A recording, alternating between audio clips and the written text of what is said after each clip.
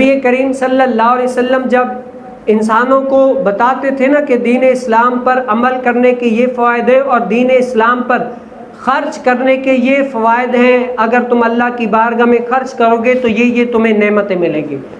جب حضور علیہ السلام ان کو فوائد بتائے نا حضور علیہ السلام نے، تو جو غریب صحابہ کرام تھے وہ حضور علیہ السلام کی بارگاہ اقدس میں آئے. یا رسول اللہ، جو امیر لوگ ہیں نا ہم سے آگے نکل گئے. یا رسول اللہ، جو امیر لوگ ہیں نا وہ ہم سے آگے نکل گئے. حضور علیہ السلام نے فرمایا کیسے؟ تو غریب صحابہ کرام نے عرض کیا یا رسول اللہ، ہم نماز پڑھتے ہیں، امیر صحابہ کرام بھی نماز پڑھتے ہیں. ہم روزہ رکھتے ہیں، امیر صحابہ کرام بھی روزہ رکھتے ہیں.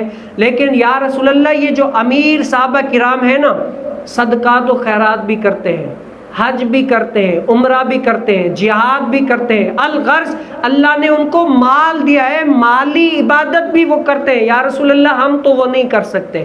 اس طریقے سے اب نماز پڑھنے میں ہم اور وہ برابر ہیں، اسی طریقے سے روزہ رکھنے میں ہم اور وہ برابر ہیں، لیکن مالی عبادت میں یا رسول اللہ وہ تو ہم سے آگے چلے گئے. تو حضور علیہ السلام نے کیا خوب ارشاد فرمایا، ایسا عمل ارشاد فرمایا. آج جو وظیفے تلاش کرتے ہیں نا، مولوی صاحب ہمیں بھی کوئی وظیفہ بتا دو، یہ وظیفہ، تو کیا ہے؟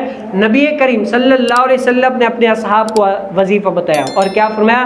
اے صحابیوں، میں تمہیں کیوں نہ ایسا عمل بتاؤں، اگر وہ عمل تم کر لو نا تو ان صحابہ کرام سے بھی آگے نکل جاؤ گے. یا رسول اللہ، وہ بتائیں کیا عمل ہے؟ تو حضور علیہ السلام نے فرمایا کہ وہ عمل کیا ہے؟ تم روزانہ ہر نماز کے بعد کیا پڑھنا؟ سبحان اللہ 33 بار، الحمدللہ 33 بار اور اللہ اکبر 34 بار.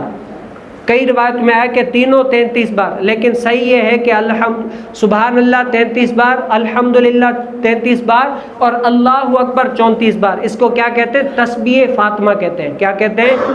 تسبیح فاطمہ. نبی کریم صلی اللہ علیہ وسلم نے فرمایا اگر تم یہ عمل کر لو گے نا تو تم ان سے بھی زیادہ عمل میں زیادہ بڑھ جاؤ گے. اور اس کی فضیلت یہ ہے، علماء فرماتے ہیں اگر کسی کے گناہ سمندر کے جھاگ سے بھی برابر ہو جائے، سمندر کے پانی سے بھی زیادہ ہو جائے نا، اگر یہ تسبیح فاطمہ کثرت کے ساتھ پڑھ لے، اس کا عامل ہو جائے نا، اللہ تعالیٰ اس کے وہ تمام گناہ معاف فرما دے گا. اللہ کی بارگاہ میں کیا ہے؟ وہ قبول و مقبول ہو جائے گا. تو یہ کیا ہے؟ یہ نسخہ اور یہ وظیفہ کس نے دیا ہے؟ کسی مولوی، کسی عام انسان، کسی عام خطیب نے نہیں، بلکہ کیا ہے؟ آقا کریم صلی اللہ علیہ وسلم نے دیا ہے.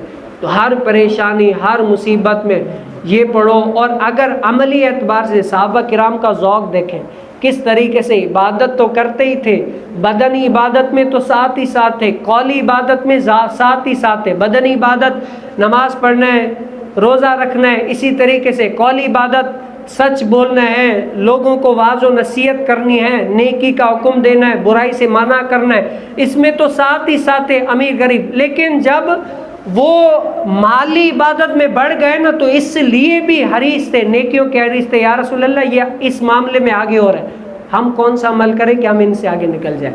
تو حضور علیہ السلام کی بارگاہ میں پہنچ گیا. حضور علیہ السلام نے ان کو بتا